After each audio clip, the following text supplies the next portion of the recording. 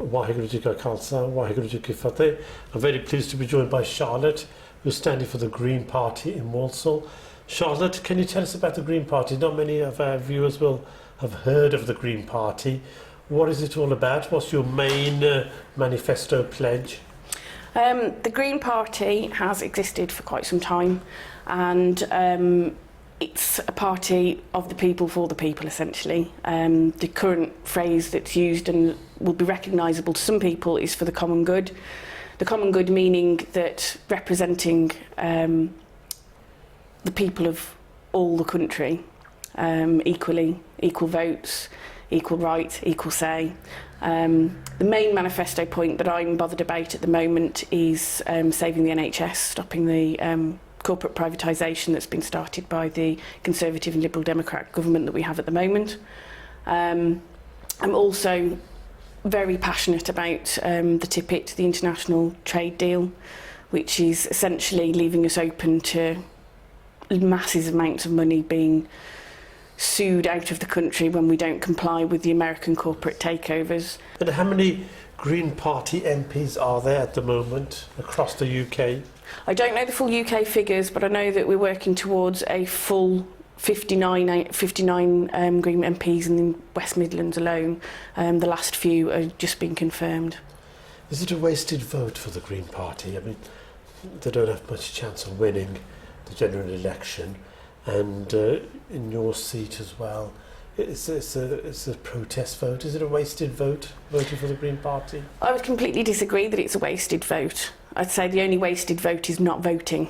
The importance of voting is having your say. Bearing in mind, one of the figures I've been using talking to a lot of people at the moment, you look at the Rochester and Stroud by-election that happened earlier on, or should I say later on last year, 20% of the population there voted that could vote. So the other 80% didn't bother for whatever reasons best known to themselves.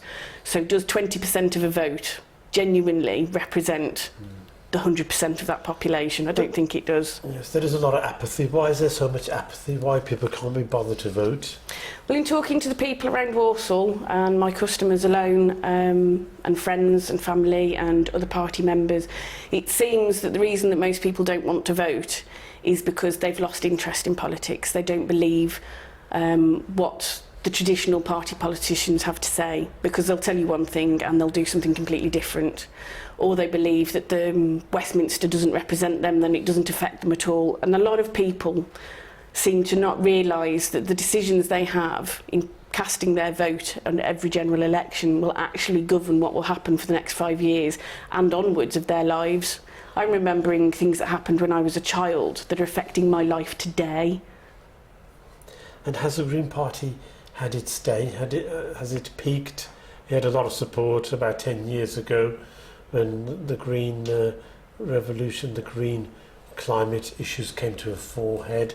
But now the Green Party is not very prominent in the headlines or in the news. Do you think the Green Party has had its day? I disagree with that. The Green Party hasn't had its day at all. We are now at in excess of 56,000 members, with the biggest spike happening back in January. Originally, yes, I would agree that the Green Party was seen and recognised for being the environmental party. That it still is, but in 2005 it had a reform of its main key core policies and is now far more than it ever was before.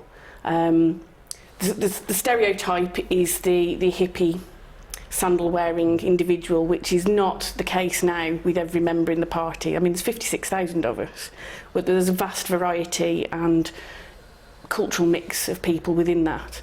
As far as not being represented in the media, that's because there is a media blackout in general of the Green Party. Really? And why is that? Well, in my personal opinion, most newspapers aren't wanting to report anything to do with the Green Party unless it's bad news. We've done press releases in the Walsall area and only one's got into the newspaper, and even then it was heavily edited, so it didn't include the core message of what we were trying to say. And who's your party leader?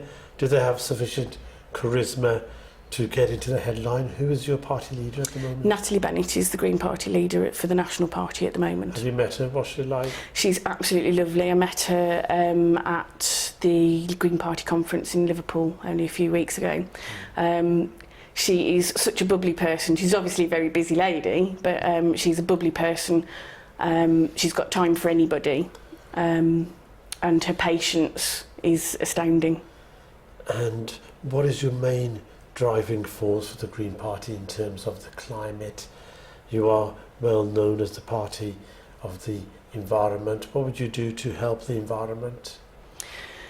Looking at things practically, we have a lot of policies, of which I haven't finished reading all of them because there are a lot. There are a lot of policies that are all about making things like energy cleaner and more renewable, which is, I think, the most important one that's been put into our manifesto at the moment, making sure that the energy that we use and produce in the UK is of a sustainable source and isn't adding impact to the rest of the country and the rest of the world as a whole, because global warming at the moment is a shocking level. And what's your message to the Sikh community in Walsall particularly? What would you say to them? Why should they vote for you in the forthcoming general election? I would say have a read of the Green Party policies, have a look at our manifesto once it's published. Vote with your vote with your heart for something that you believe in. I believe that the Green Party's core values and principles are very closely aligned with Sikh religion as a whole. And from there, I'd say that it's putting the vote in a good place. I genuinely do care about the people of Walsall, so I will be representing them should I be elected. That's great. Thank you very much, Charlotte, for joining us today, and we wish you well in the forthcoming general election. Thank you very much. Waheguru Ji Ka Khalsa, Waheguru Ji Ki Fateh.